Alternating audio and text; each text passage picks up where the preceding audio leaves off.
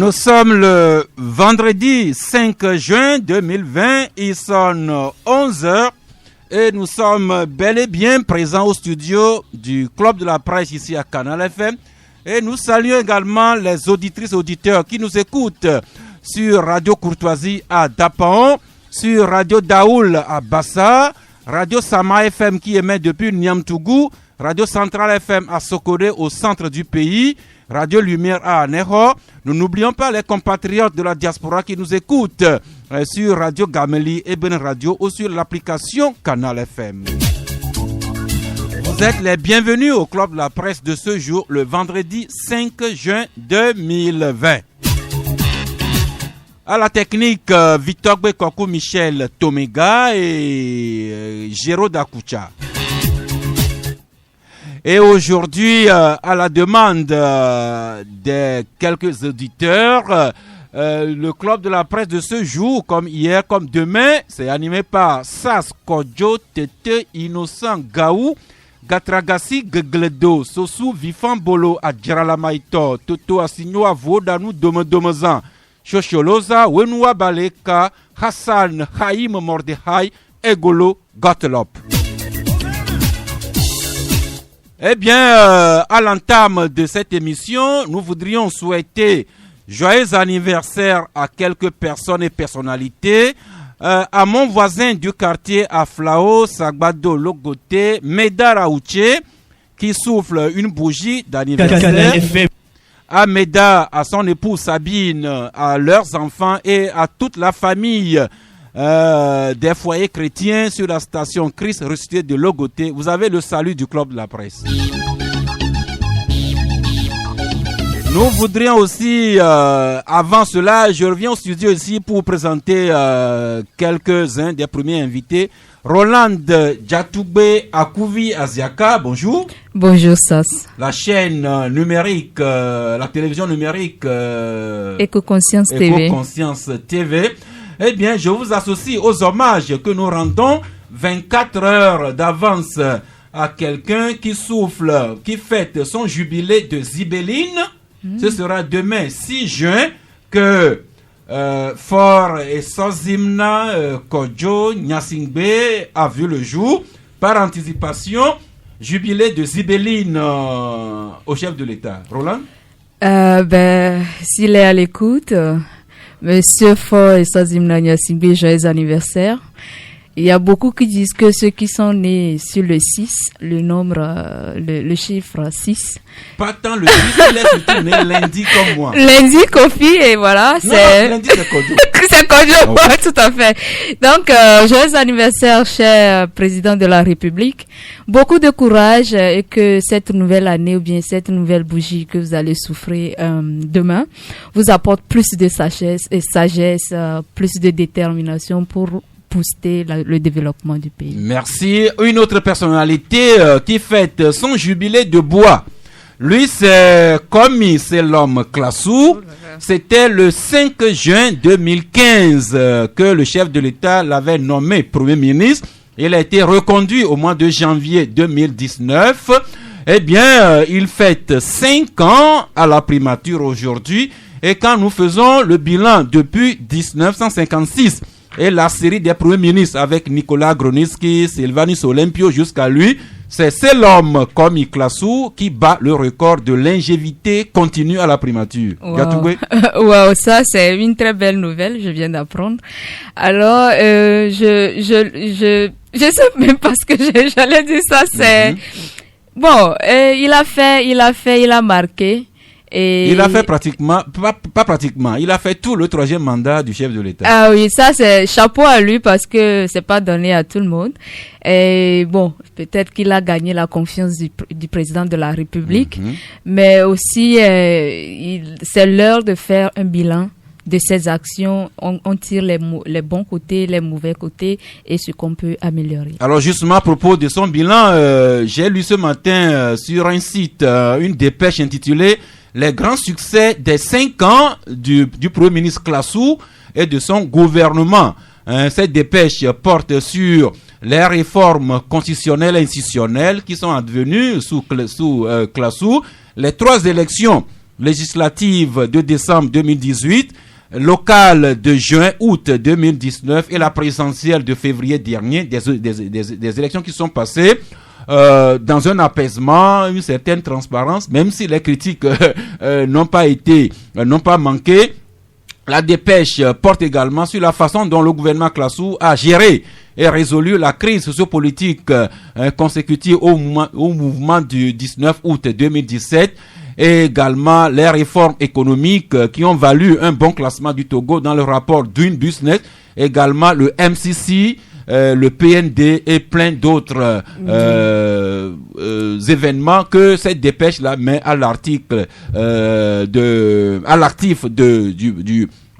Classou. Mais comme vous l'avez dit, il doit y avoir une confiance entre le Premier ministre et le chef de l'État. Oui. Mais ça, durer aussi trop longtemps à un poste, c'est pas trop parce que il faut aussi promouvoir l'alternance. L'alternance, le changement, le mouvement, parce que le Togo en a besoin. Merci, le chef de l'État qui a la plume pour d'abord qui a le cartable pour recevoir d'ici quelque temps la démission du Classou. C'est également le chef de l'État qui a la plume pour le reconduire ou bien pour nommer. Oui, et tout dépendra de comment il a évalué sa prestation ou bien ses actions. Merci. Nous l'annonçons depuis lundi qu'aujourd'hui, vendredi 5 juin, nous allons consacrer le Club de la Presse à la mémoire d'un monument. Yaovi Apollinaire Madji Agboibo, qui nous a quittés il y a un peu moins d'une semaine. Nous avons lancé les invitations. Le premier invité qui est à nos côtés, l'un des confrères d'Agboibo, Maître Célestin Agbogan, bonjour. Bonjour Chasse, bonjour chers auditeurs, auditrices. Vous êtes avocat à la cour, vous êtes acteur de la société civile, vous présidez la Ligue togolaise des droits de l'homme. Merci d'avoir répondu à notre invitation pour parler de l'homme Agboibo. C'est un plaisir. Ce matin, j'ai été saisi par la famille biologique et la famille politique de Maître Agboibo qui nous ont saisi de quelques impératifs qu'ils ont. Ils ne pourront pas se joindre avec nous aujourd'hui, mais ce ne sera que partie remise. J'ai également convié deux des confrères qui l'ont le plus approché. Et comme ils m'ont confirmé leur présence, je peux vous donner leur nom. Il s'agit de Gilles Bokor et de Carlos Ketou, deux de ces journalistes qui ont beaucoup approché Maître Agboibo. Ils nous ont promis leur présence. Eh bien, espérons qu'ils nous rejoindront au plus tôt pour animer cette émission. Mais le Club de la Presse, c'est aussi un peu l'actualité au jour le jour. Roland Diatoubé Aziaka, j'ai insisté que vous soyez au studio aujourd'hui parce que nous sommes le 5 juin et c'est la journée mondiale consacrée à l'environnement. Tout à fait. Aujourd'hui, c'est le 5 juin, la journée mondiale de l'environnement instaurée par les Nations Unies depuis 1974 et qui est devenue aujourd'hui une plateforme mondiale pour la sensibilisation à grande échelle partout dans le monde. Alors, le thème de cette année, c'est la biodiversité. Et par ce thème, l'ONU lance un appel pour lutter contre la perte accélérée des espèces des espèces et surtout la dégradation du monde naturel. Et aussi la célébration cette année, et le pays hôte, c'est la Colombie, qui est le pays hôte de la célébration aujourd'hui.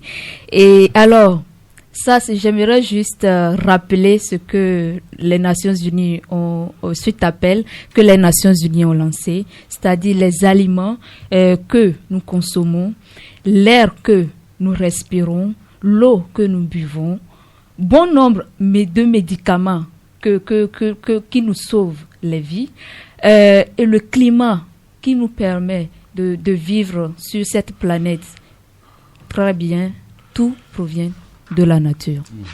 Donc, il est important que nous tous nous prenions conscience et nous préservons la biodiversité parce que la biodiversité, c'est notre vie. Autrement dit, notre salut passe par les soins, l'attention bienveillante que nous accordons à la nature et à la biodiversité. Oui. Et je profite de l'occasion pour dire un sincère merci et tous mes encouragements au ministère de l'Environnement et des Ressources forestières, au ministère de l'Environnement et du Développement durable, et le titre aujourd'hui, et à tous les acteurs qui se lancent, qui font des actions pour la préservation de l'environnement, à tous ces ONG-là, toutes ces ONG, les anciennes, nos aînés, ceux qui naissent aujourd'hui. Là, je pense à JVE, à Environnement, ONG Environnement Propre, Togo Environnement Propre. Togo Environnement Propre, tous ces ONG qui ont vraiment marqué l'histoire écologique du Togo. Merci. Et ça, c'est comme si, quand vous retournez un peu en arrière, voir les actions du général Feu, et Yadema, c'est comme il était un écologiste. Il était un écologiste, notamment par la révolution verte qu'il avait prônée depuis 1977 avec la journée mondiale, la journée nationale de l'arbre que nous avons célébrée lundi dernier. Mais sur les reportages, je n'ai vu que les officiels planter des arbres. Est-ce que tous les Togolais se sont vraiment appropriés cette journée et que chaque Togolais se dise en son âme et conscience que je mets en terre un plan chaque année que j'entretiens? Ça, sur ce point, j'ai eu une interpellation personnelle à faire. Le 1er juin est devenu aujourd'hui comme de folklore. On voit tous les tapages médiatiques autour, on voit les gens planter des arbres. Il y a certains même, c'est maintenant le côté selfie avec les réseaux sociaux. Quand tu mets le plant en terre, tu prends l'image, mais réellement, est-ce qu'on prend soin après avoir planté l'arbre? C'est là la grande question. À l'attention, à la conscience de chacun. Eh bien, journée mondiale de l'environnement aujourd'hui. À la veille de cette journée, les députés à l'Assemblée nationale du Togo se sont réunis hier en session plénière pour adopter une loi, la loi sur l'utilisation sûre, sécurisée et pacifique du nucléaire. D'après le confrère l'Union pour la Patrie qui nous en parle, cette loi a des avantages. Le nucléaire a des avantages dans de nombreux domaines, notamment la santé, l'agriculture, l'industrie civile et militaire, la recherche scientifique, etc. Donc, à la veille de la journée mondiale de l'environnement, l'Assemblée nationale togolaise adopte une loi sur l'énergie nucléaire. L'énergie, c'est une belle nouvelle.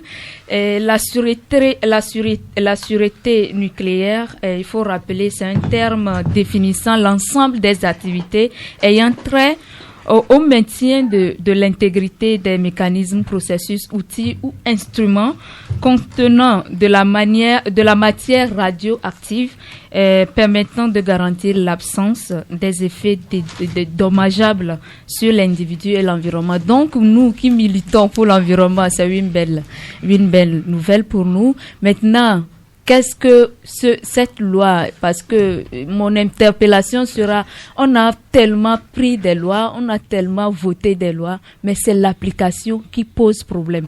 J'aurais aimé ou bien j'aimerais que cette loi, effectivement, donne raison et impacte la vie des Togolais. Merci, je l'ai annoncé, il vient de nous rejoindre Carlos Komlanvi Ketaou, bonjour. Bonjour Sass, bonjour chers auditeurs de Canal FM. Journaliste, vous avez commencé sur les antennes de Radio Victoire, vous êtes passé au journal Motion d'information, vous avez créé des journaux comme Paparazzi et autres. La Trompette. Entre-temps, vous êtes passé par Canal FM où vous avez été tour à tour rédacteur en chef et chef programme. Et aujourd'hui, vous écrivez dans votre journal L'Indépendant Express. Merci d'avoir accepté notre invitation pour animer cette émission en mémoire de Maître Yavi Aboibo. Je disais tantôt que j'ai trouvé dans la corporation 2 des journalistes qui ont beaucoup approché Maître Aboibo. Il y a vous, Carlos, et il y a notre ami et confrère Gilles Boko qui nous rejoint incessamment. J'espère que je ne me suis pas trompé. Non, tu n'étais pas trompé du tout parce que nous avons côtoyé le plus possible à Maître Yavi Aboibo, comme tant d'autres personnes, mais nous avons gardé une mémoire qui mérite d'être partagée avec. Merci. Avant d'aborder ce chapitre, notre pensée du jour qu'une auditrice nous a soufflé ce matin qui dit: les condoléances ne ressuscitent pas le défunt, mais elle entretient la confiance entre ceux qui restent.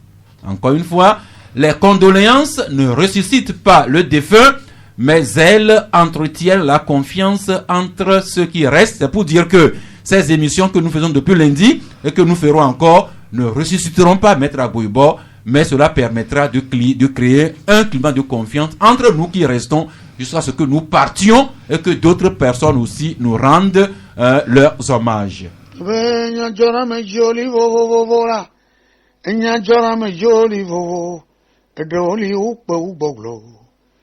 De kaya gani ya joy imama glara glo nyama saki nya jora me joli wo de oli upo boglo de kaya gani ya joy imama glara glo nyama sakosi ulire dilo abaulire dire ulire dilo abaulire dire mbio sebe nu kejo obe atigare chekunya ma ogberu edo fafa ma obere gomere ya sesere puatia hopleke gomana ro plasmo la lemi yo toto la lemi vomi manja ore asi platanye ya. Eh bien, c'est l'artiste de la chanson Adabadji Djoboku qui rend hommage à sa façon, par sa voix, à Maître Yaovi Agboibo. Et depuis qu'il est parti dans la nuit du 29 au 30 mai dernier, Agboibo est omniprésent dans toutes les pensées, dans toutes les discussions, dans la presse au jour le jour. Et aujourd'hui encore, c'est le journal Le Soleil qui titre Maître Yaovi Agboibo, le chantre du compromis politique. Togo Réveil, pour sa part, écrit Fort Nyasingbe salue un parcours professionnel exceptionnel et un engagement pour la démocratie au Togo. Et Togo Réveil continue que Gilchrist Olympio, Jean-Pierre Fabre, Christian Trimois et d'autres personnalités saluent la mémoire d'Agboibo. Et depuis hier, il circule même un communiqué de l'ambassade des États-Unis d'Amérique au Togo qui rend lui aussi ce communiqué aussi qui rend hommage à Maître Yaovi Agboibo. Aujourd'hui, le journal Harakiri écrit lui celui qui avait quelque chose de plus que les autres. Mais Carlos, comme la vie que Taou, dans votre parution du mardi, vous écriviez dans votre journal L'Indépendant Express, Maître Yaovi Agboibo, hommage à un sphinx des mystères et d'énigmes. Un petit avant-goût? Oui, je ne sais pas si il faille encore présenter un avant-goût parce que beaucoup de lecteurs ont eu à découvrir, à lire, à parcourir et à réagir à ces hommages que j'ai écrit à Maître Yaovi Agboibo.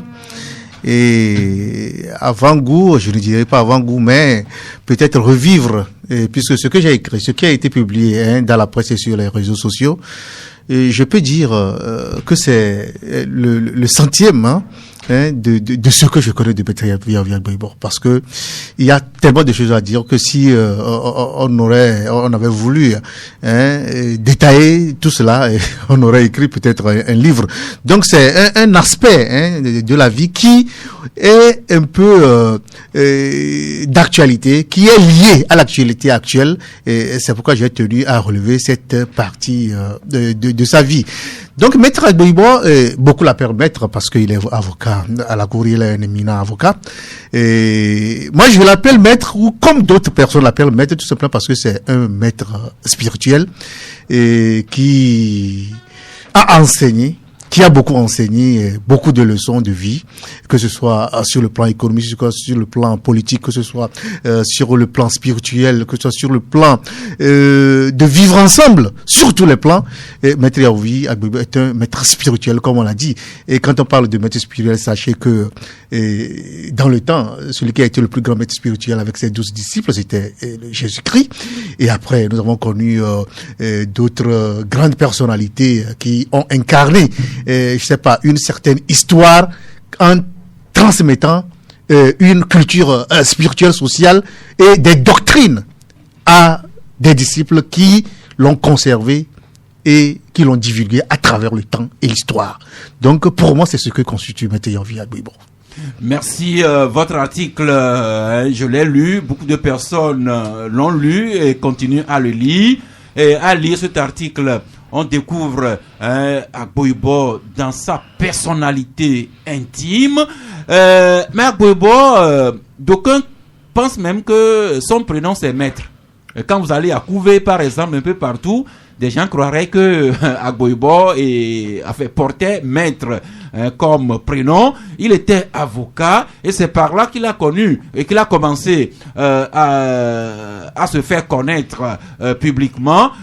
L'occasion pour moi de remercier encore l'un de ses confrères, jeunes confrères, Maître Agbogan. Rebonjour. Bonjour Sas. Eh bien, nous avons souhaité que vous nous parliez de Agboibo, l'avocat Agboibo, Maître Agboibo. Qu'est-ce que vous pouvez nous dire sur l'avocat Agboibo? Oui, il faut dire que Maître Agboibo, moi je l'ai connu quand j'étais au lycée. Et je l'ai connu d'abord en tant que défenseur des droits de l'homme. Au moment où il a osé parce que en ce moment-là, c'était en une période où la dictature était à son paroxysme. Et au moment où nous apprenions un beau matin qu'un certain Agboibo a pu proposer au chef de l'État d'antan la création d'une institution de défense des droits de l'homme qu'on a appelée la CNDH ou qu'on appelle la CNDH. Et au départ, des gens ne l'ont pas cru parce qu'il a eu des difficultés, notamment en ce qui concerne les proches collaborateurs du chef de l'État. Et nous étions un peu loin, mais nous apprenions, nous suivions de près les événements, les informations.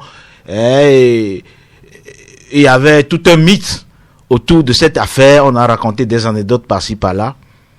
Mais en 87, la CNDH a été créée et présidée par Maître Agboibo.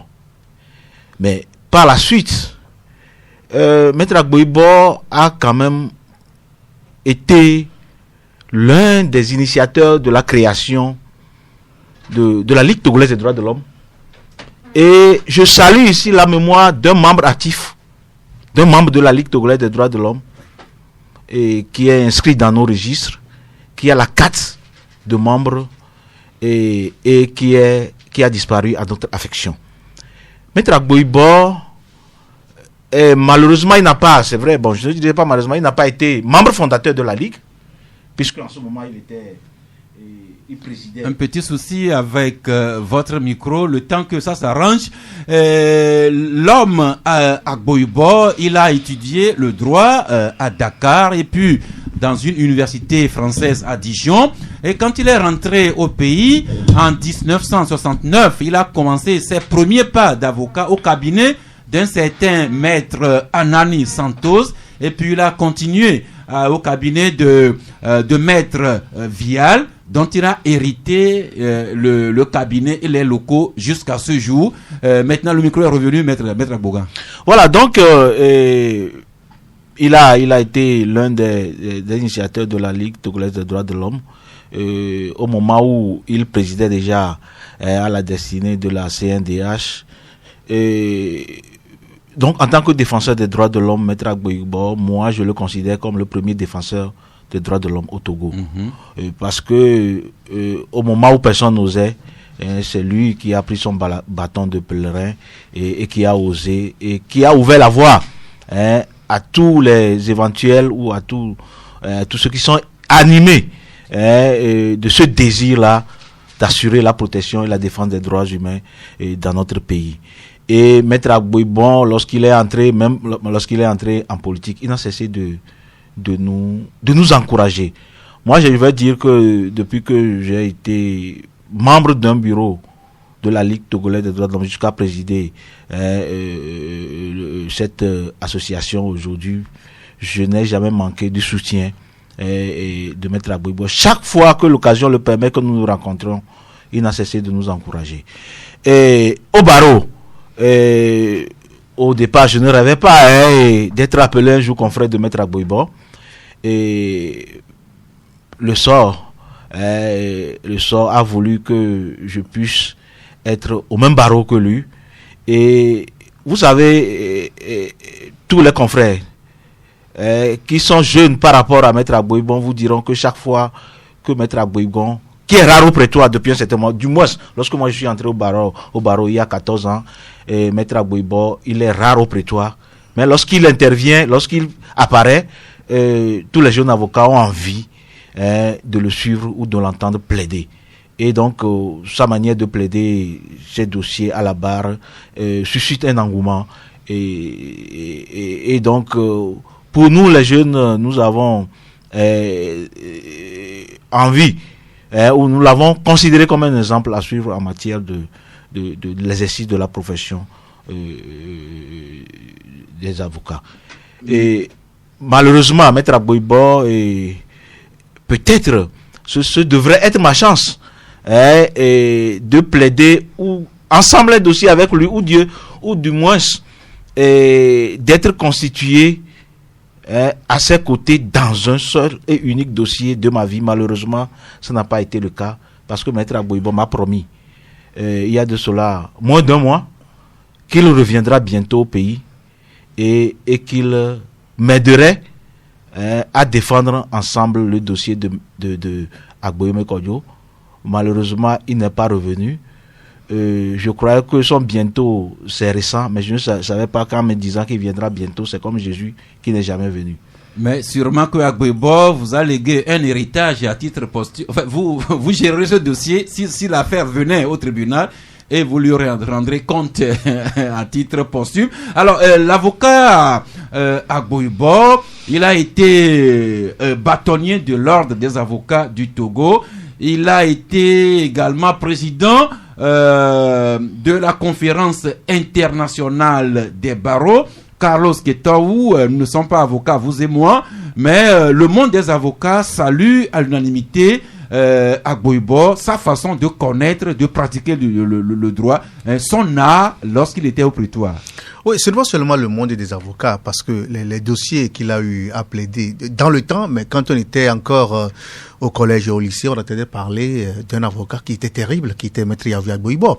Et on alliait à l'époque, on se rappelle encore, ses capacités intellectuelles à défendre les dossiers, à des capacités parfois même spirituelles. On disait que quand il venait et on nous racontait, c'était des histoires il avait des choses qu'il présentait, qu'il plaidait, qu'il convainquait, et non seulement le président du tribunal, mais aussi tous ceux qui étaient là, même parfois ses adversaires et ce contradicteur, comme on les appelle, étaient séduits par la plaidoirie de Maître Yahya Agboibo. Donc c'est un éminent avocat qui a géré beaucoup de dossiers, des dossiers très sensibles. Et au même moment, comme le dit bien mon président, parce que je suis membre du bureau de la Ligue togolaise des droits de l'homme, et c'est un plaisir pour moi de me retrouver avec mon président Célestin Abogan ici. Comme il le dit si bien, Maître Agboibo n'allait pas seulement dans un sens de profession avocat, mais il mettait la profession avocat en complicité avec la défense des droits de l'homme. C'est pourquoi il a appelé, quand il a créé son parti, le parti des déshérités. Parce que toutes les personnes qui sont victimes d'une certaine situation, automatiquement, Maître Yahya Agboibo volait au secours de ces personnes. Et ça permettait à la couche, vous savez, à l'époque, de par le passé, il n'y avait pas des avocats qui étaient commis d'office sur certains dossiers de victimes. Donc des gens qui étaient interpellés et inculpés d'une certaine façon, passaient plusieurs années en prison sans avoir eu d'avocat pour les défendre, tout simplement parce qu'ils se disent que pour prendre un avocat, il faut de l'argent, il faut ceci. Donc, ils n'avaient pas cette occasion. Donc, parfois, Maître Agboibo volait au secours de façon volontaire à ces personnes pour défendre le dossier jusqu'à sortir ces personnes de prison. Vous ne pouvez pas imaginer combien de personnes, moi, je l'ai côtoyé et je vois au quotidien comment il reçoit des gens du nord au sud, sur toute l'étendue du territoire. quand tout le monde venait plaider, voilà, et j'ai telle personne en prison, on a arrêté telle personne, il intervenait directement, il appelait le procureur, il appelait certains de ses confrères avocats pour voler au secours. Et cela, ça ne lui suffisait pas tellement parce qu'il devait mettre des instruments à côté de cette profession d'avocat pour encore mettre la pression pour que les droits de l'homme puissent être respectés. C'est pourquoi je me rappelle, après la CNDH, il a encouragé des initiatives de création d'associations des droits de l'homme, notamment journalistes pour les droits de l'homme que j'ai créé, que j'avais dirigé. Il était totalement un soutien pour cette organisation des journalistes pour les droits de l'homme. Il pensait que sur les questions des droits de l'homme, il n'y a pas de négociation. Il faut être intransigeant. Et à part cela, j'aimerais ajouter, parce qu'à un moment donné, il a constaté également qu'il y avait beaucoup de détentions arbitraires. Et dans la foulée, on avait créé ce qu'on avait appelé Radar, réseau des associations pour les détentions arbitraires, contre les détentions arbitraires. Et je me rappelle, c'était Maître Atomensan qui était le président, il y avait Isabelle Amegavi, il y avait Maître Apevon, j'étais le chargé à la communication. Et cette association permettait également de mettre la pression sur les différentes questions liées aux interprétations arbitraires, aux arrestations arbitraires qu'il y avait au Togo. Donc, il jouait les deux rôles et ça permet à des milliers de personnes de s'en sortir. Merci. Un dernier mot sur l'avocat Gbouibo. Le droit était sacré pour lui. Pour ce qui concernait les droits et la liberté, il ne connaissait plus d'adversaire. La preuve, Célestin Gougan, vous le disiez tantôt, qui vous avait confié qu'à son retour, il plaiderait dans le dossier Agboyome Kodjo. Agboyome qui est politiquement, qui n'est pas politiquement son meilleur ami. C'est ainsi qu'on a vu également même Agboibo quand il avait porté sa touche pour défendre Pacha dans cette affaire-là d'atteinte à la sûreté de l'État. Ça veut dire que pour le droit, Agboibo ne connaît plus d'adversaire politique. Absolument. J'ai remarqué en la personne un sens d'humanisme et de pardon. Et c'est à travers les mots qu'il m'a confié que j'ai senti que Maître Agboibo a pardonné.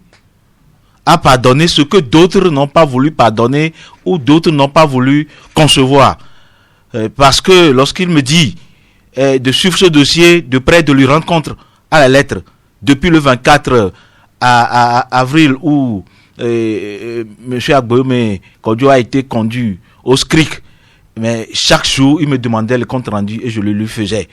Et il a regretté, il m'a dit: je regrette de n'être pas à votre côté, mais c'est un problème de santé que je reviendrai bientôt. Ça veut dire qu'il était prêt quand même à assurer la défense de quelqu'un que d'aucuns ont considéré comme son bourreau d'antan, et que c'est l'occasion, puisque c'est l'occasion d'inviter les Togolais, parce que lorsque nous avons appris le décès malheureusement de Maître Agboibo, sur les réseaux sociaux, des gens faisaient revivre des moments douloureux qu'il avait eu avec certaines personnes et qui donnaient l'impression de n'avoir pas pardonné, alors que l'intéressé même a pardonné. Donc je crois qu'il faut quand même que les Togolais dépassent le sens ou les rancœurs et qu'ils ouvrent leur cœur pour pardonner. Je voudrais préciser que lorsqu'on dit Maître Agboibo, c'est un homme de compromis, je crois que ça ne se limite pas seulement à sa vie socio-politique. Même sur le plan professionnel, et Maître Agboibo préférait les conciliations que les procès, comme on le dit souvent. Il aime bien l'adage qui dit que un bon procès vaut mieux, un mauvais arrangement vaut mieux qu'un bon procès. Je me rappelle, il était conseiller de GTA et il était prêt à concilier pour que un règlement amiable puisse être trouvé dans les cas des victimes des accidents de circulation et autres dossiers. C'est ce qu'il a l'habitude de faire. Merci. Toute l'émission ne suffirait pas à parler, ne serait-ce que du chapitre avocat de Maître Agboibo. Nous avons le bonheur d'être rejoints par un ami, un frère, un confrère. Gilles Boko, bonjour. Bonjour Sas. Je sais, votre agenda est très chargé, mais vous l'avez sacrifié. La mémoire d'Agboibo l'a emporté. Est-ce que l'agenda peut être trop chargé quand on a un rendez-vous parler d'un monument comme Maître Yovi Agboibo? Moi, je dis plutôt que c'est un grand honneur que vous m'avez fait. en m'invitant autour de cette table pour évoquer sa mémoire. C'est le plus bel hommage que je peux rendre à un homme orchestre qui porte ce nom, Apollinaire Yaovi Agboibo, et je vous en remercie. Merci à vous. Je profite pour saluer mon confrère et compagnon, est-ce qu'il faut dire de misère ou de fortune, Carlos? Parce qu'on a arpenté plusieurs chemins ensemble. Je salue Maître Agbogan également, de même que la consoeur qui est avec nous, qui me donne la fraîcheur en la regardant de face. Et les téléspectateurs et téléspectatrices aussi. Non, plutôt les auditeurs et auditrices aussi. Merci beaucoup. Avec vous, nous passons à la deuxième religion d'Agboibo, les droits de l'homme. Agboibo est entré dans l'histoire comme le premier président de la Commission nationale des droits de l'homme qu'il a présidé de octobre 2007 à décembre 2010. Il a également été au plan international, il a travaillé dans le temps que je me retrouve. Oui, il est un ancien président de la Commission des droits de l'homme de l'Union interparlementaire, ancien président de la sous-commission des droits de l'homme des Nations Unies, ancien membre du Conseil pontifical Justice et Paix. Il a été reçu solennellement en audience par feu le pape Saint Jean-Paul II. Gilles, je ne me trompe pas quand il disait que les droits de l'homme sont la deuxième religion de Maître Agboibo.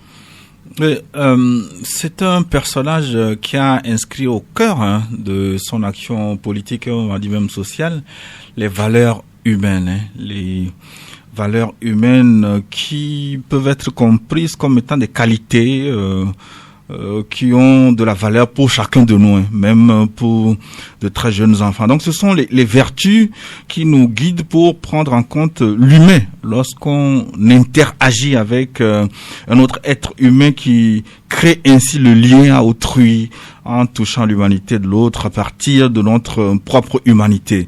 Donc le peu de temps que j'ai passé avec lui m'a conforté dans la conviction qu'il existe sur Terre des êtres qui sont déçus des autres et qui portent de grandes valeurs, comme vous l'avez dit, notamment donc les valeurs humaines. On parle globalement des droits de l'homme, mais je pense que sa dimension va au-delà des droits de l'homme, les droits de la société, les droits du père, les droits de la mère, le droit à manger, le droit à l'alimentation. Ça couvre les droits de l'homme dans toutes leur dimension.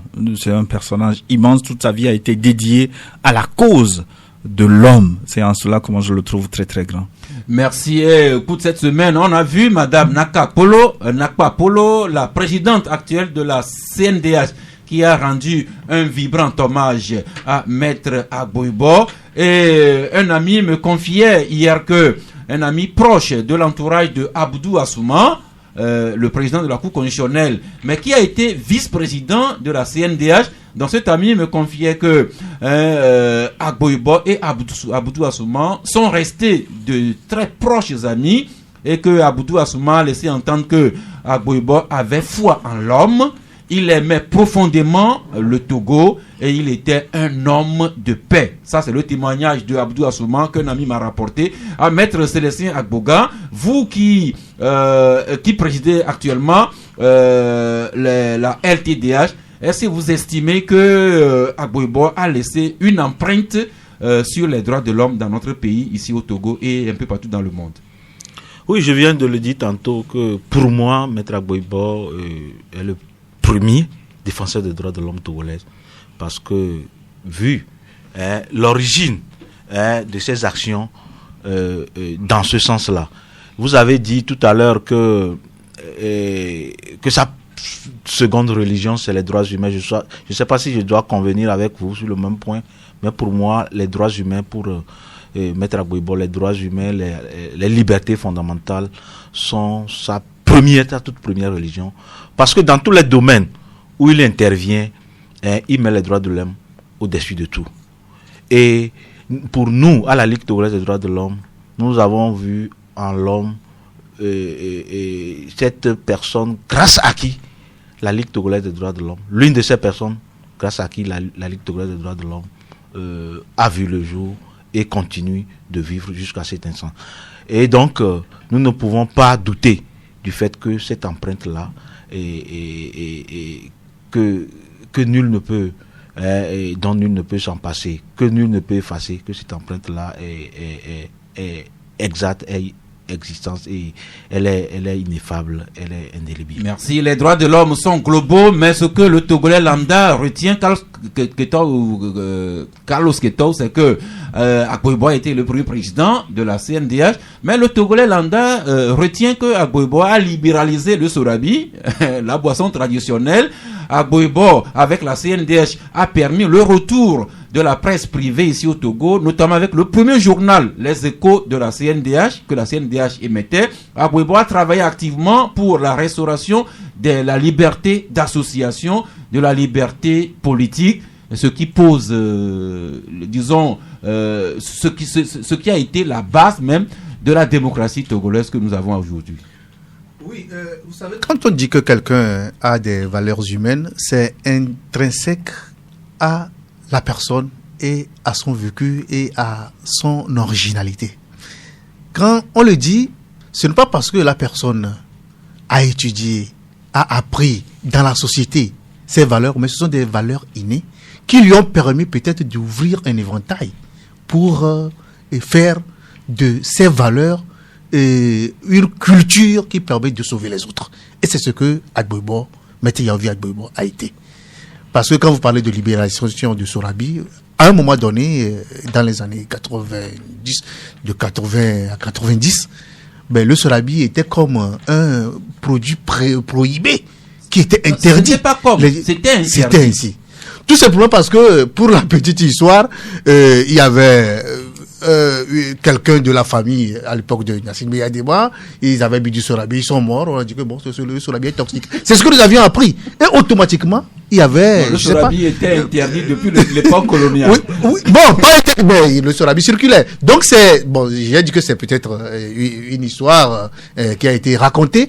Et le sorabi a été systématiquement interdit. C'est comme aujourd'hui l'essence frélatée. On ne pouvait pas transporter, on ne pouvait pas produire.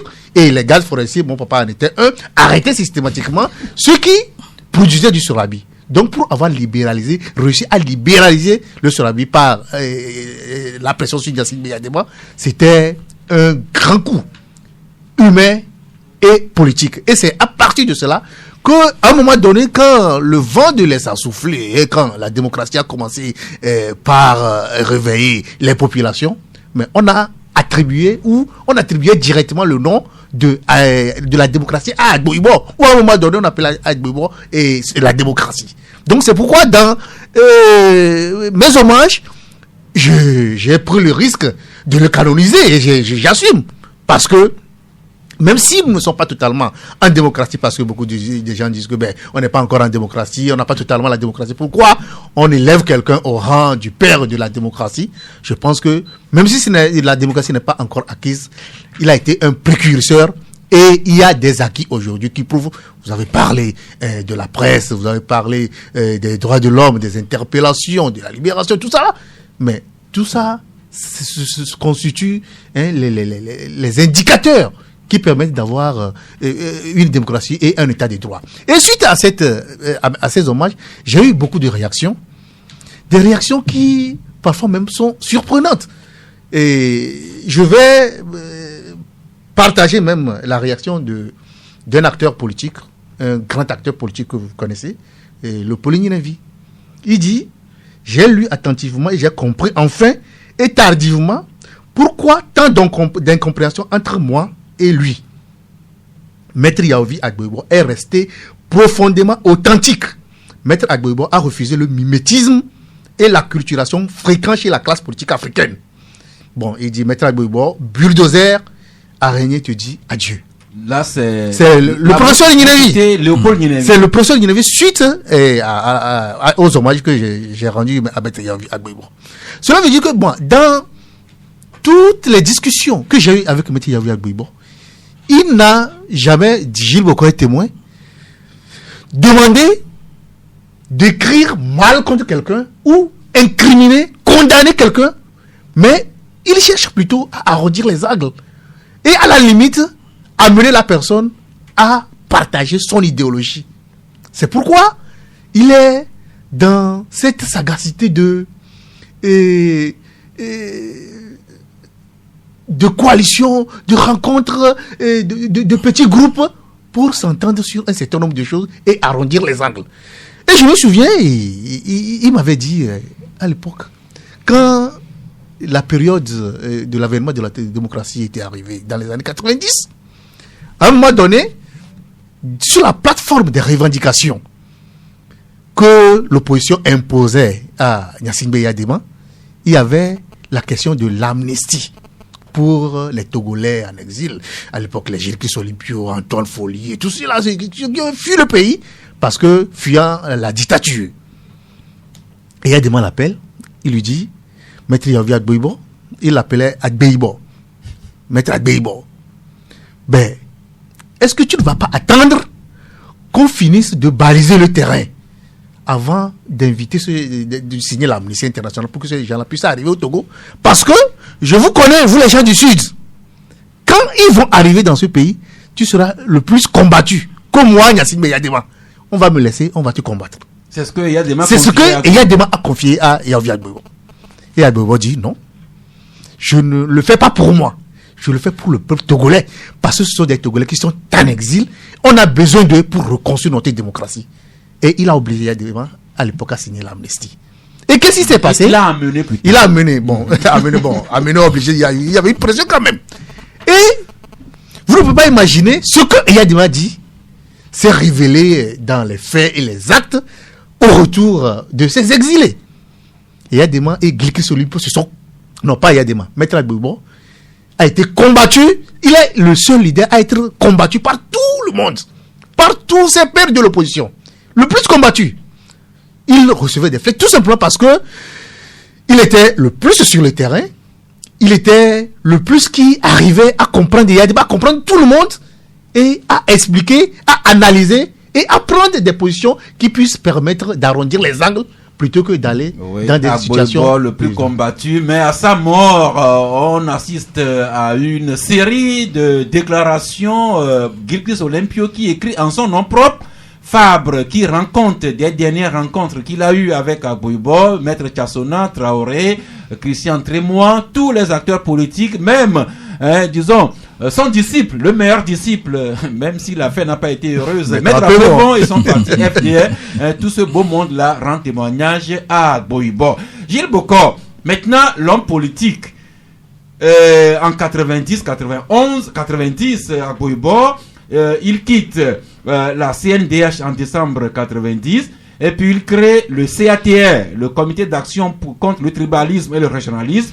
Quelques mois après, c'est avec le CATR qu'il a créé le Front des associations pour le renouveau, ce qui nous a amené à la conférence nationale souveraine. Et puis politiquement, il a créé le CAR. Carlos le disait tantôt, le CAR qui a noué plein de coalitions avec les autres partis politiques. Mais comme le journal Le Libéral l'écrivait mercredi, politiquement, Agboibo, c'est comme Moïse, il n'aura jamais réussi à mettre le pied sur la terre de Canaan, l'alternance politique. C'est une Bible que vous êtes en train d'ouvrir. Avant de revenir à votre question, je voudrais rebondir un peu sur ce concert d'hommage posthume qui lui est rendu à Agboibo. C'est un peu symptomatique un peu du Togolais. Carlos retraçait tantôt les écrits d'un grand homme politique, un autre grand lui aussi, voici Léopold Médecin Guinévi. Ça me permet de vous raconter une petite anecdote.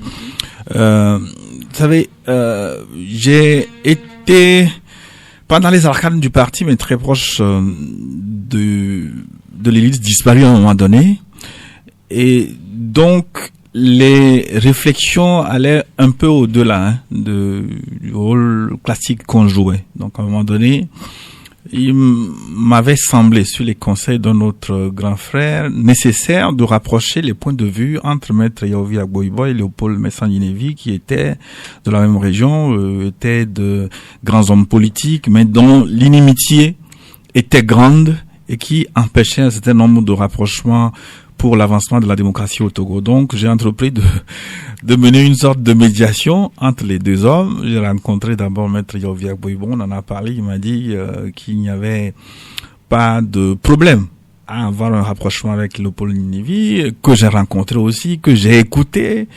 Mais à la fin, il m'a sorti une conclusion. Il m'a demandé d'aller le lui dire. Il m'a dit, va dire à Maître Yaovi Agboibon que lui et moi, on ne dormira jamais dans le même lit. Je vous épargne de tous les détails. L'hommage qu'il lui a rendu finalement, à travers les commentaires que Carlos vient de me dire, ça me prouve que Agboibon reste très incompris. Beaucoup n'ont pas saisi le sens de son action politique. Les caricaturistes ramènent souvent son action politique à de la roublardise, à de la ruse, mais ça va un peu au-delà du personnage. Sa philosophie politique peut être résumée par ce que lui-même il appelait la stratégie du singe. Il aimait expliquer que quand vous êtes devant un obstacle infranchissable, ingassamayable, comme pour créer ce néologisme, quand vous ne pouvez pas franchir l'obstacle, il ne vous revient qu'à regarder à gauche et à droite pour trouver des issues et contourner cet obstacle. Et pour lui, le régime auquel il faisait face avait tellement des racines profondes, avait des tentacules difficiles à déraciner, qu'il était pratiquement impossible de le combattre de face. Donc pour lui, il était nécessaire de trouver d'arrondir les angles, de trouver des angles morts, de trouver des amortissements pour contourner l'obstacle. C'est ce qui explique parfois ces prises de position que beaucoup confondaient à de la ruse, à de la roublardise. Pour lui, les fins devaient justifier les moyens, et donc tout ce qu'il devrait entreprendre devait concourir à la libération du Togo et donc à ce que vous appelez à l'alternance. Bien sûr, il n'a pas connu cette alternance proprement dite de son vivant, mais vous savez, les grands hommes politiques, peu arrivent à goûter aux fruits des arbres qu'ils ont plantés. Il a mis en chantier un certain nombre de choses.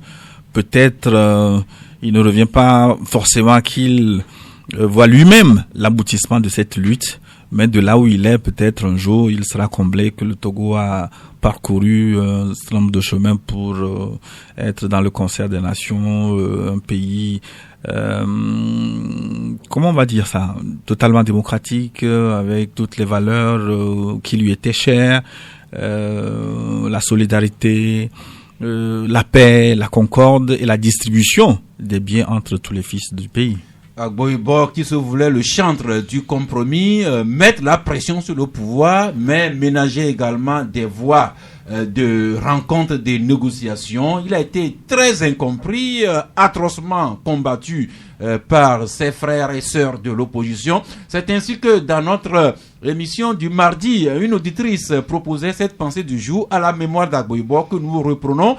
C'est Henry Lewis qui a écrit: l'art de vivre consiste en un subtil mélange entre lâcher prise et tenir bon. Agboibon l'a essayé, il n'a pas été très heureux au résultat, mais il est parti. Qu'est-ce que nous en faisons nous après? That is the question. Maître Agbogan, je le disais tantôt, la famille biologique, la famille politique n'ont pas pu se libérer. C'est pourquoi on ne va pas trop insister sur l'aspect politique de l'émission de ces hommages. Mais Agbogan, Maître Agbogan, un petit mot sur l'homme politique Agboibon tel que vous l'avez connu. Oui, je crois que Maître Agboibon, en tant qu'homme politique, a connu des moments, des périodes de haut et de bas. Vous savez, moi, ce qui m'a le plus négativement marqué durant le parcours politique de Maître Agboibon, c'est la suite de ces élections législatives de 1994. Et vous savez que tous les Togolais ont cela en mémoire, pas de gaieté de cœur, mais le côté négatif de la gestion des résultats qui sont sortis 94. Moi, personnellement. Je pense que la gestion ratée de ces élections doit être partagée conjointement par Agboibo et Edem Kodjo. Absolument. Absolument. Et parce que pour tout observateur avisé dira que le plus grand fautif d'abord, excusez-moi, mais c'est vrai. Et il faut honorer la mémoire des personnes qui sont disparues, mais il ne faut pas quand même se réserver à dire ce qu'ils ont seulement fait du bien. Parfois, il faut rappeler ce qui n'a pas marché également. Le plus grand fautif, d'abord, c'était l'UTD. L'UTD, parce que il y avait un accord quand même entre les deux, préalablement. Et s'il faut mettre en œuvre cet accord-là, automatiquement, Maître Agboibo devrait être Premier ministre en ce moment-là, et ce serait Edem Kodjo qui serait président de l'Assemblée nationale.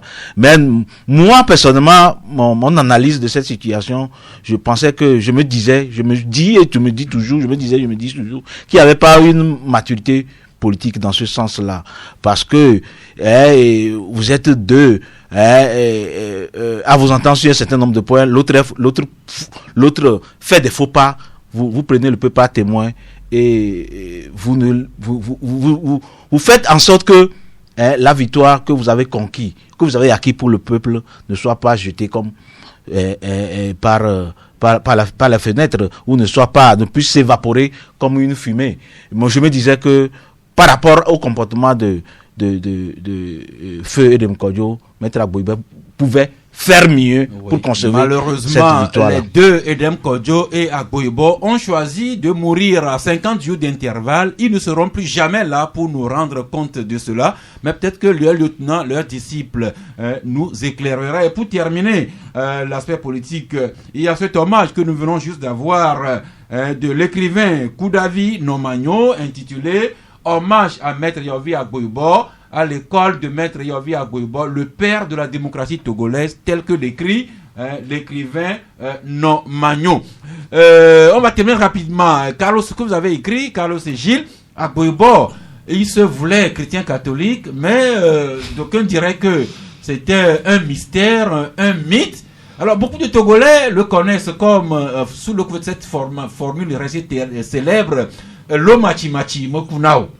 Et puis, il y a l'autre formule que vous avez ressortie, Tata Glamatata. Carlos Ketou.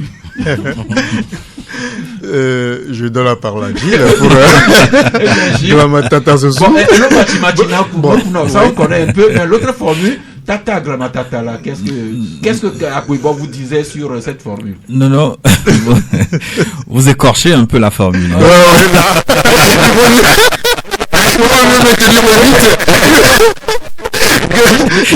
Il vaut mieux maintenir le mythe autour de la formule. Gilles, la formule c'est quoi? C'est Glamatata Soso? Non.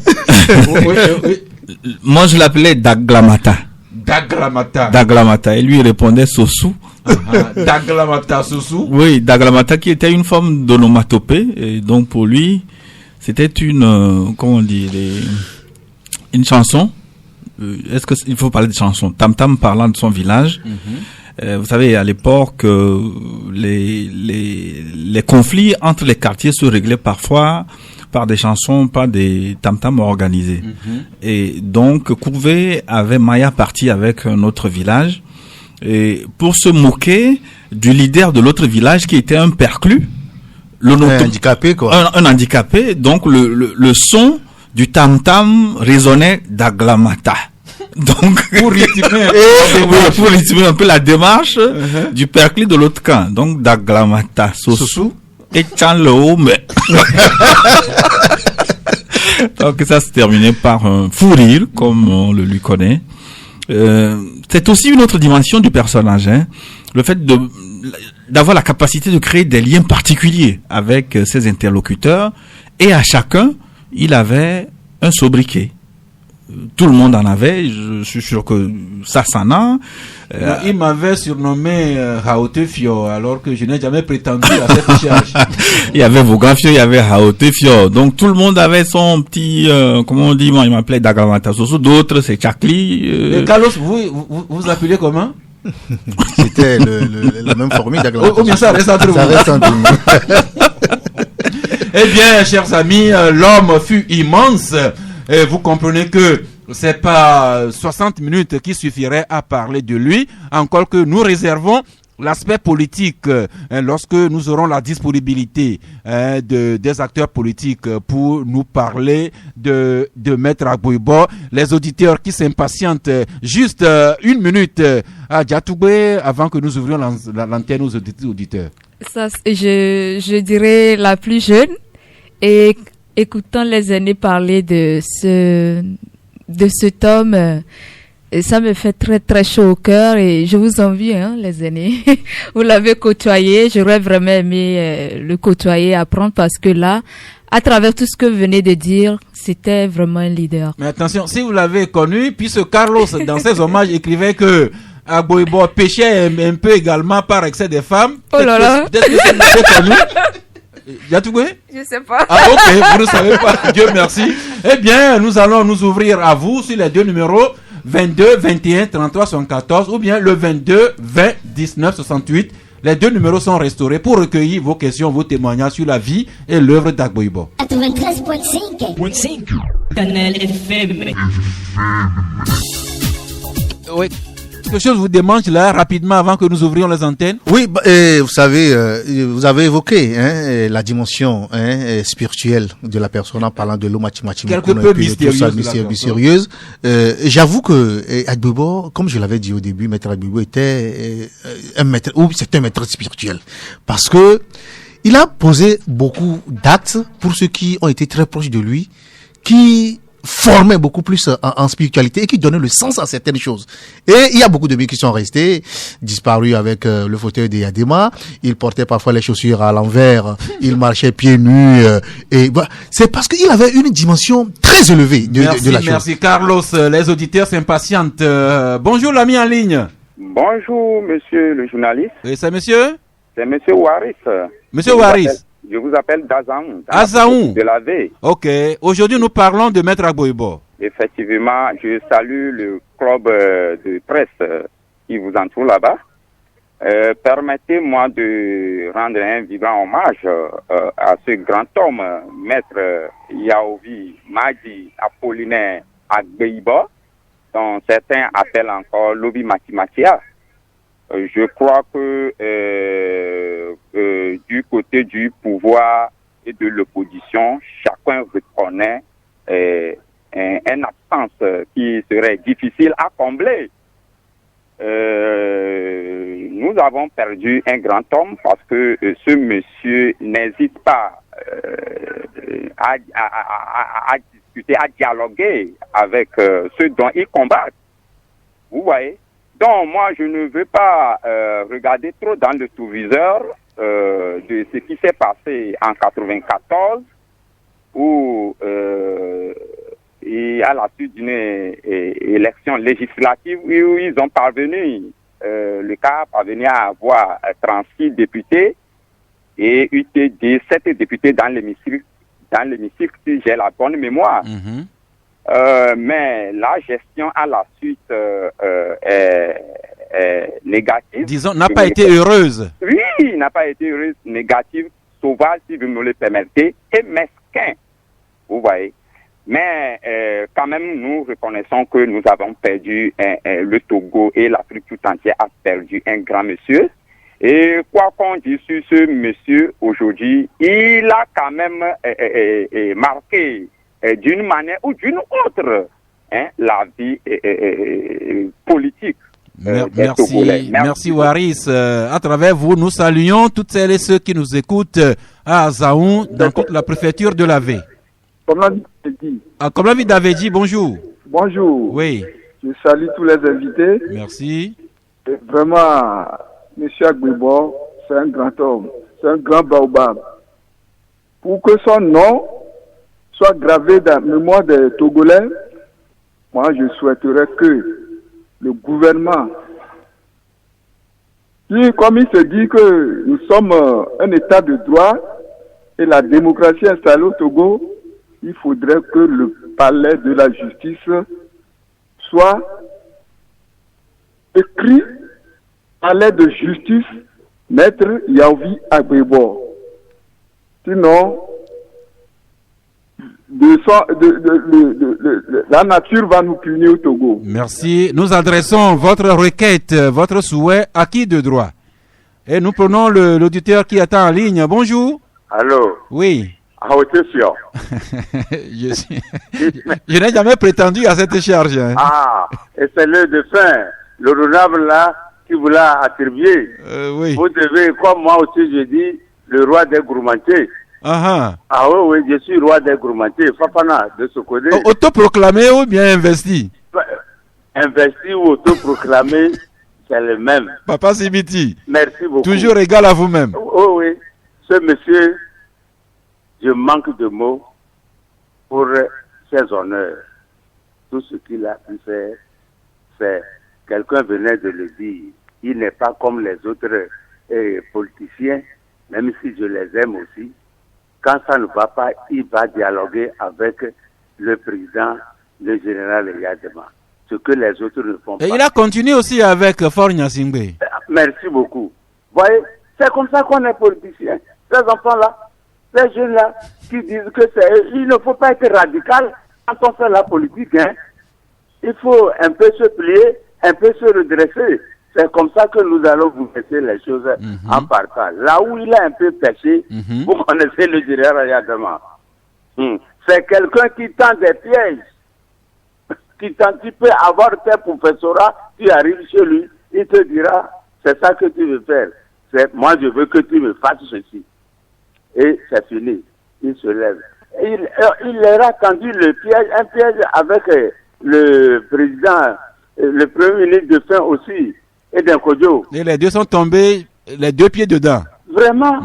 Au lieu de lui, il savait ce qu'il veut. Au lieu que notre président Gbagbo prenne l'Assemblée, lui, il leur tendait le piège. Il sait qu'ils vont tomber dedans parce qu'il leur dit, tous ceux qui crient là, ils reviendront vers moi. Et c'est ce qu'il fait. Merci beaucoup. Merci, Papa Sibiti, le roi autoproclamé des gourmandiers. Et merci à vos sujets aussi. Un autre auditeur en ligne. Monsieur Sass, bonjour. Bonjour à vous. Je salue tout le plateau. Merci, c'est monsieur. Rédi Caché, Dieu ne va pas détruire le monde avec ses vertus. C'est le jour des formules aujourd'hui. Allez-y. Pourquoi pas? C'est quelque chose qui nous est arrivé. Dans ce cas que la personne, donc il est trop souriant et il est aimable aussi. De la manière dont je le connais, au moment que la démocratie était son moment difficile, il a rassemblé ses militants au niveau de garage central de sa maison.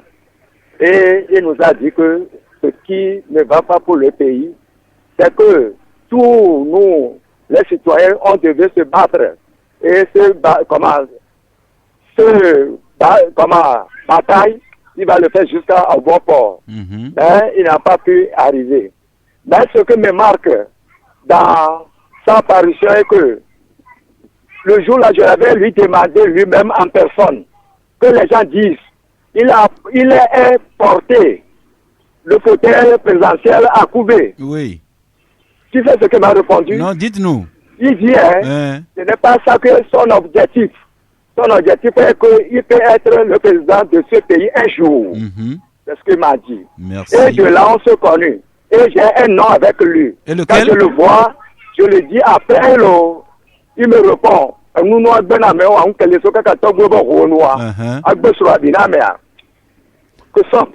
Donc à chacun son surnom. Ainsi était Agboibo.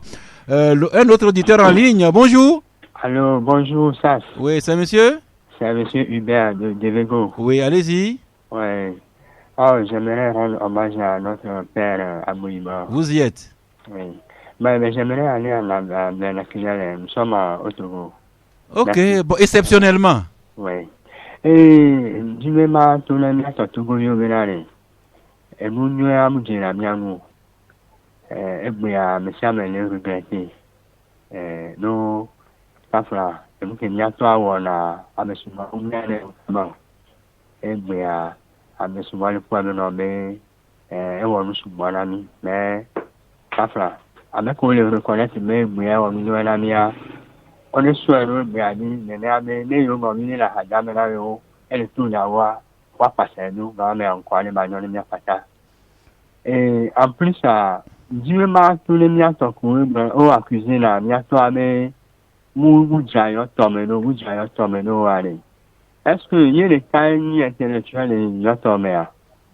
Il y a beaucoup d'intellectuels à Yoto.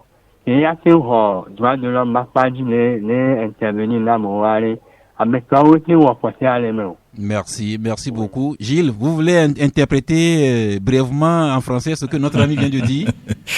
Pour résumer, il dit simplement qu'il faut reconnaître le mérite à chacun quand il est vivant, et pour éviter les hommages posthumes qui ressemblent parfois de l'hypocrisie. Et puis il dit que ce qu'on reproche à Boyobo, qui n'a pas pu faire dans Yoto, il n'était pas le seul cadre de la localité. Tout à fait. Eh bien, le suivant déjà, bonjour.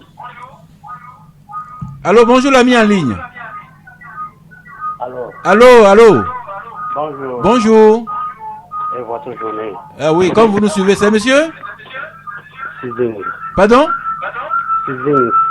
J'entends très mal. Vous nous appelez d'où? Sizing, oui. Oui.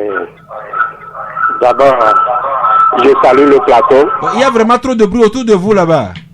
Je salue le plateau. Oui. Et je salue Maître Abougan. Et d'abord, le Togo a perdu des illustres. Mais aujourd'hui, c'est le cas de Maître Agouibo.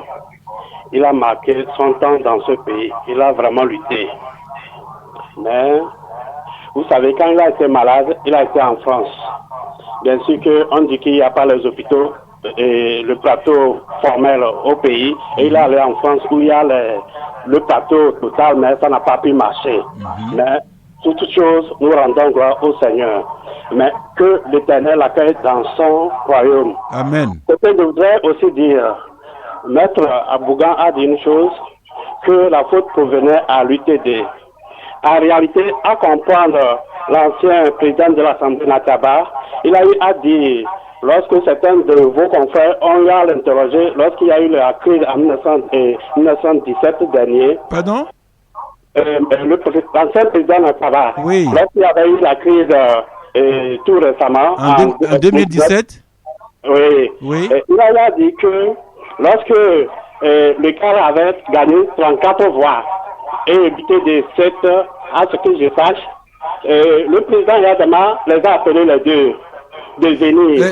Cher ami Sizing, nous avons dit que faute d'acteurs politiques, on peut faire réserver ces aspects-là pour une prochaine fois. De toute façon, vous n'avez pas le temps de nous faire tous ces développements-là. Oui. Vous avez autre chose à nous dire? Oui. Ok. Bon, que toute la famille, que l'Éternel apaise leur cœur, et sa famille politique de la même chose. Donc, merci. Merci. Le balai à vous, Patrick Akadjao Sizing. Un autre auditeur déjà en ligne. Pas encore. Oui. Allô, bonjour. Bonjour, Sas. Oui. Bonjour à tout le plateau. Et c'est monsieur? C'est le Russe. Pardon? Le Russe. Le Russe? Oui. Ici au Togo? Oui. Ok, allez-y. Je vous remercie pour l'émission. Je vous en prie. J'ai senti que souvent, quand on veut vous jeter les fleurs, vous êtes mal à l'aise. Laissez, on va le faire maintenant, au lieu de le faire après votre mort, comme on le fait avec Abouyoum. Rassurez-vous, nous en avons encore pour longtemps, Carlos, Gilles, moi et vous-même. Ok, merci. Bon, ce que j'avais à dire, ça va un peu du côté politique. Vous allez beaucoup m'excuser. Ok, mais allez-y vite. Oui, tout le monde le dit que Agboyo n'a pas été compris. Pourquoi il n'a pas été compris? C'est l'UFC et l'ANC après, plus les journalistes qui les suivent là, qui ont sali ce monsieur. Maintenant, ayons le courage de le dire pour que ça ne se répète plus. Le monsieur, il avait des bonnes idées. Mais une fois qu'il propose quelque chose, il y a les militants de l'ANC et de l'UFC de l'époque, plus leurs journalistes qui sont là, ils mélangent les choses. Après, on dit que le monsieur a été mal compris. Qui l'a mal compris? Tout le monde a dit dans ce pays que le CAR est le meilleur parti de l'opposition au Togo. Qu'ils ont des bonnes idées. Maintenant, pourquoi on ne les suit pas? C'est parce qu'il y a des gens qui sont là tout le temps à saluer ce monsieur. Aujourd'hui, ils sortent pour écrire des lettres pour dire que quoi, mais c'est pas bien. Qu'on soit un peu sérieux pour une fois. on va me dire que Fabre va rendre hommage à Boiwa. De grâce. Merci beaucoup. Je vous en prie. Eh bien, journaliste accusé, défendez-vous. Carlos? Non, pas votre personne, mais votre corporation. Oui, vous savez, dans le journalisme, il y a une dynamique qui évolue en fonction de l'actualité. Et à des moments donnés, quand il y a des propositions, les journalistes ne sont pas forcément censés défendre la cause, mais donnent l'information telle qu'elle se passe et en fonction de l'orientation politique du moment. Mais l'auditeur a raison. À plusieurs égards, et même à mon niveau, moi-même, j'ai eu à critiquer des positions de Maître Yaovi Agbouibo, tout simplement parce qu'il y avait une orientation politique de l'époque qui ne permet pas d'accueillir cette proposition. Et cela est arrivé souvent, mais aussi, il y a aussi les coups bas en politique comme on connaît, ou d'autres partis aussi essaient de... Nous allons recevoir le dernier auditeur, puis nous faisons le point. Bonjour. Merci beaucoup de m'avoir reçu. C'est Abonné. Abonné, oui. Nous rendons toujours hommage à Maître, parce que j'ai pu constater que si nous arrivons à appeler la radio, on n'arrive pas à s'organiser en association, c'est grâce à lui. Et cet hommage, on lui doit ça, et que Dieu lui pardonne ses péchés, puisse le recevoir dans sa droite ligne. Je ne sais pas si monsieur, son enfant, si je peux le dire ainsi, le député, l'honorable député, ici, n'arrive pas à dire tout bon. Vous l'inviterez, on va encore entendre de bons témoignages de lui. Je sais qu'il est un des disciples qui peut nous servir dans le futur. Mais M. Sass, quand vous rentrez dans une salle de classe, vous prenez un papier rame, vous prenez un bic noir et vous mettez au milieu du papier rame une petite tache noire. Tous les élèves ne vont pas parler de tout autour de la couleur blanche. Ils vont s'intéresser à cette couleur noire qui est au beau milieu du papier blanc. C'est à cela j'aimerais interpeller les opposants, hypocrites qu'ils sont. J'atteste. Parce que tout récemment, ce qui s'est passé en 1994 s'est passé en 2017 avec le scénario Jean-Pierre Fabre et Tipi. La même chose s'est reproduite en 2020 avec la dynamique Podro et Fabre.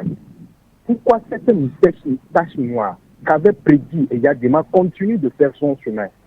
Au moment où on se dit on lutte pour le peuple, on lutte pour le peuple. La terre nouvelle, c'est l'alternance. L'objectif, c'est ça. À Boïboën, là, il dit ça là, il y a trop de racines, contournons. Vous passez par l'hypocrisie pour ne pas résoudre le problème. Pourquoi ils font ça? Bonne émission. Merci à vous, merci pour votre proactivité. Nous sommes désolés, on va devoir en arrêter là, faute de temps, mais je l'ai dit, prochainement, nous allons approcher la famille biologique et la famille politique, tous horizons pris en considération pour le volet politique des hommages que le club de la presse va continuer à rendre à Maître Agbouibo. Nous revenons ici pour un rapide tour de table. Vous avez chacun peut-être 1 minute ou bien 90 secondes, peut-être en partant de ce que les auditeurs ont dit, ou bien quelque chose qui vous restait au travers de la bouche. Carlos? Oui, je pense que les hommages rendus de façon unanime, parce que j'en ai reçu encore beaucoup, Isidore Lazo, Antoine Folly, plein d'autres leaders. Au niveau de la diaspora, au niveau de la France, au niveau des États-Unis, il y a eu beaucoup de réactions, même au niveau du Togolais, moi. Tablibo, Thévier, dans tout le monde entier, je crois qu'il y a eu des hommages que je veux dire mérités.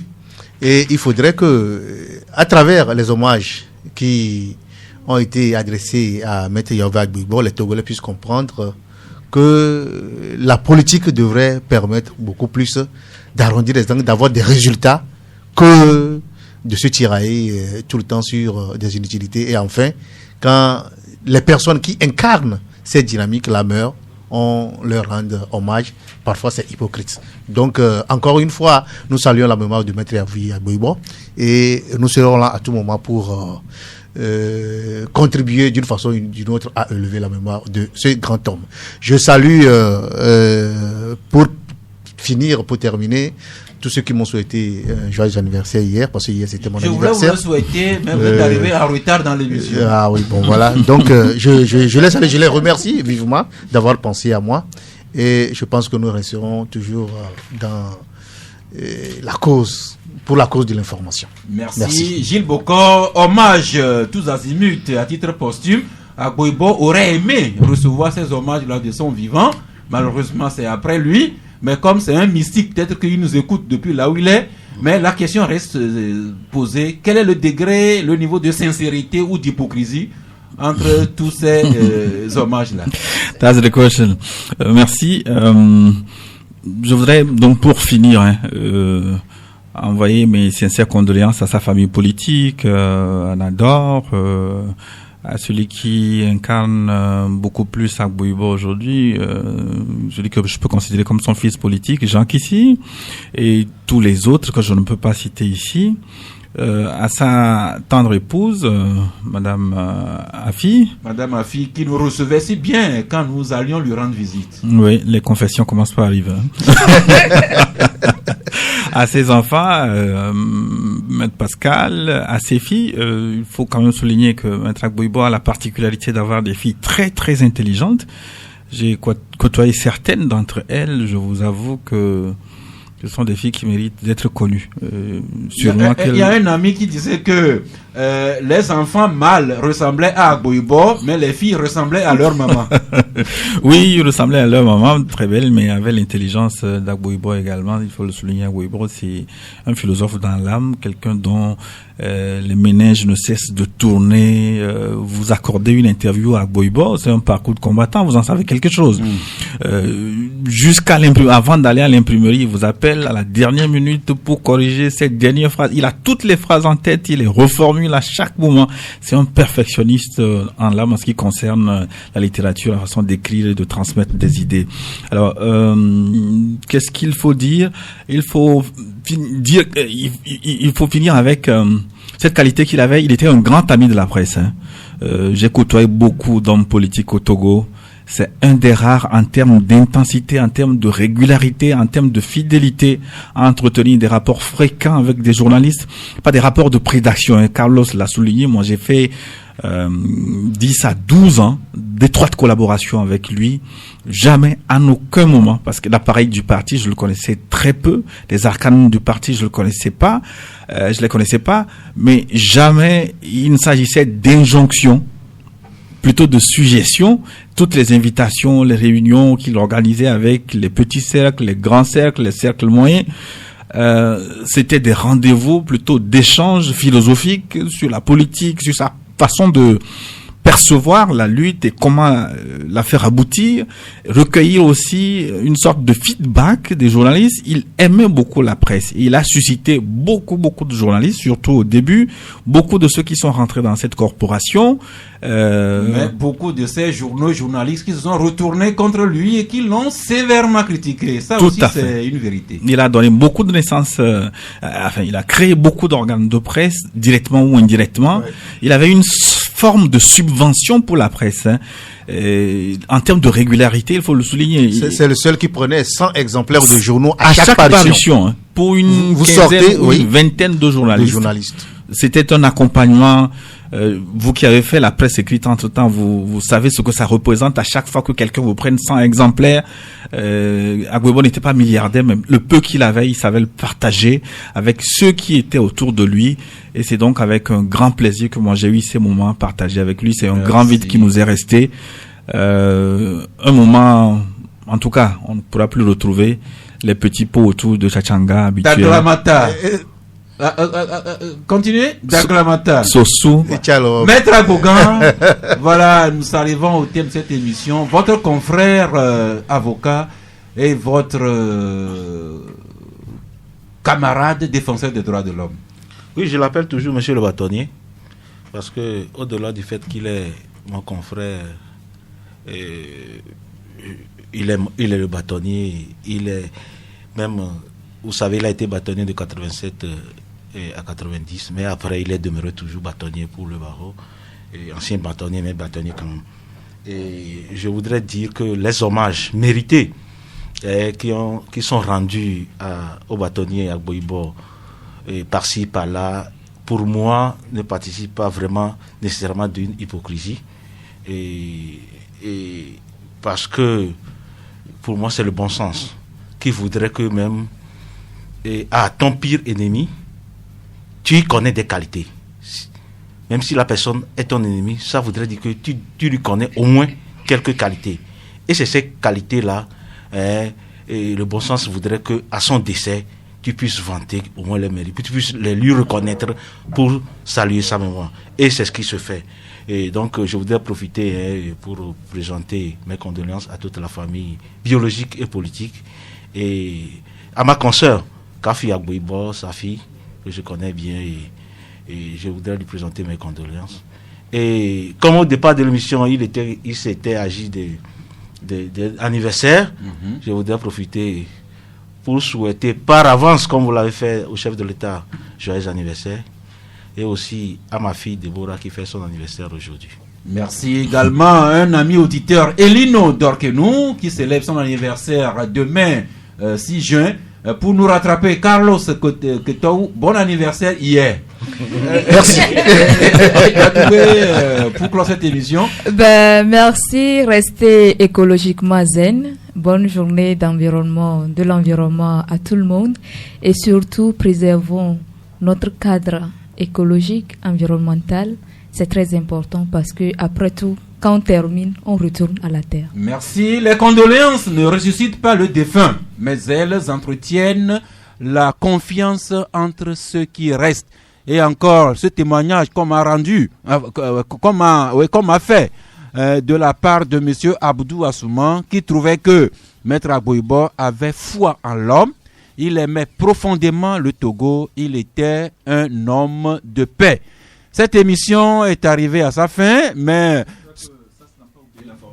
Pardon? J'espère que ça n'a pas oublié la formule finale à l'Agboibo. C'est-à-dire?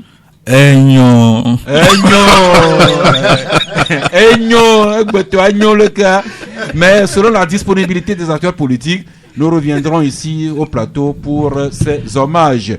Bon anniversaire au chef de l'État, Faure Gnassingbé. Demain, s'il doit y avoir une invitation qui ne nous oublie pas, si le Premier ministre aussi célèbre ses 5 ans d'anniversaire, ses 5 ans de présence à la primature, qui ne nous oublie pas, le plateau est là.